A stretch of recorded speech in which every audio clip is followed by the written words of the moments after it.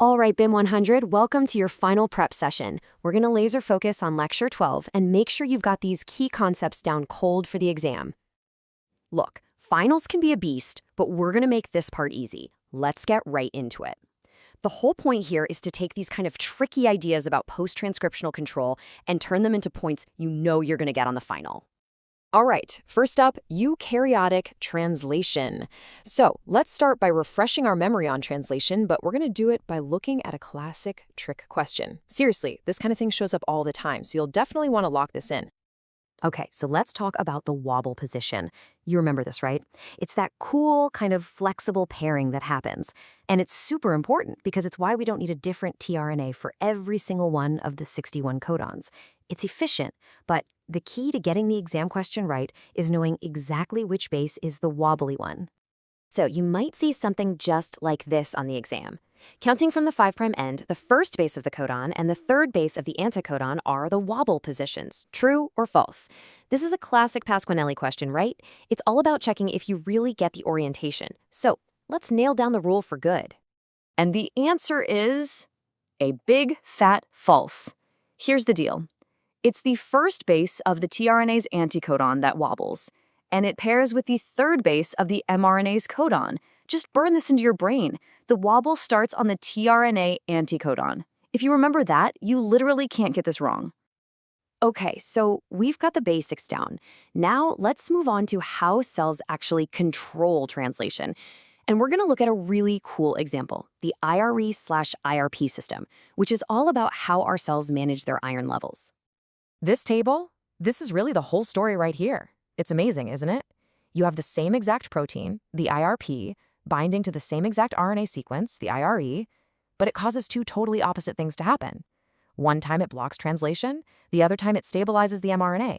And the only difference? It all comes down to where on the mRNA that IRE is located. So let's break down how this actually works, specifically when iron is low. For ferritin, the IRE is at the beginning, in the 5' UTR. So when the IRP binds there, it's like a giant roadblock. The ribosome just can't get past it. Boom, no protein. But for the transferrin receptor, the IRE is at the end, in the 3' UTR. Here, when the IRP binds, it acts like a bodyguard, protecting the mRNA from getting chewed up. So the mRNA sticks around longer and gets translated. See? It really is all about location, location, location. Okay, moving on to what I think is one of the coolest topics from this lecture, RNA editing with ADR and APO-back. This is seriously wild stuff. It's the idea that the cell can go back and literally edit the mRNA message after it's been made. You can get totally different proteins from the exact same gene. How cool is that? So these are the two enzymes you've got to know, APO-back and ADAR. Think APO-back for the C to U edit. It just swaps a cytidine for a uridine. The consequence of this can be huge, like creating a stop codon out of nowhere. Then you have ADAR, which does A to I editing. It changes an adenosine to something called inosine, but the important thing is that the ribosome reads it as a G. This can swap out an entire amino acid, totally changing what the final protein does.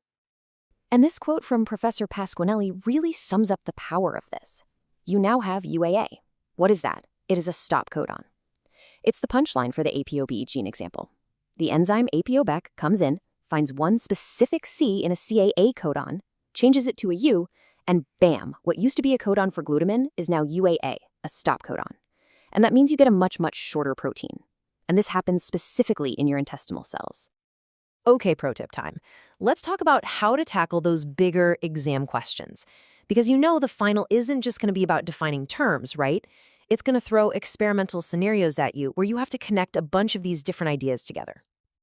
So you see a question that looks like this. Lots of moving parts, multiple checkboxes. The first reaction might be to panic a little, but don't. Seriously, all it's asking you to do is connect the dots. In this specific case, it's about what happens when splicing goes wrong. What's the downstream effect on mRNA stability? Here is the exact process you should follow every time. Step 1, just identify the defect. What did the question say went wrong? Okay, a splicing error, intron 2 is still in there. Step 2, predict the consequence. What does a leftover intron do? Well, it's almost guaranteed to mess up the reading frame and create a premature stop codon. Step 3, connect that to a big concept. What happens when we have a premature stop codon? That's the trigger for nonsense-mediated decay, or NMD. And just like that, step 4, you have your answers. Intron 2 is retained, and the mRNA gets destroyed by NMD. That's it. Follow that logic, and you'll nail these. So think about it. After going through all this, can you predict the outcome? Yeah, I think you can. We've covered the really high-yield stuff from Lecture 12. You've got the rules, you understand the systems, and most importantly, you have the step-by-step logic to break down whatever Professor Pasquinelli puts on that exam. You've got this. Walk into that final feeling confident. Good luck!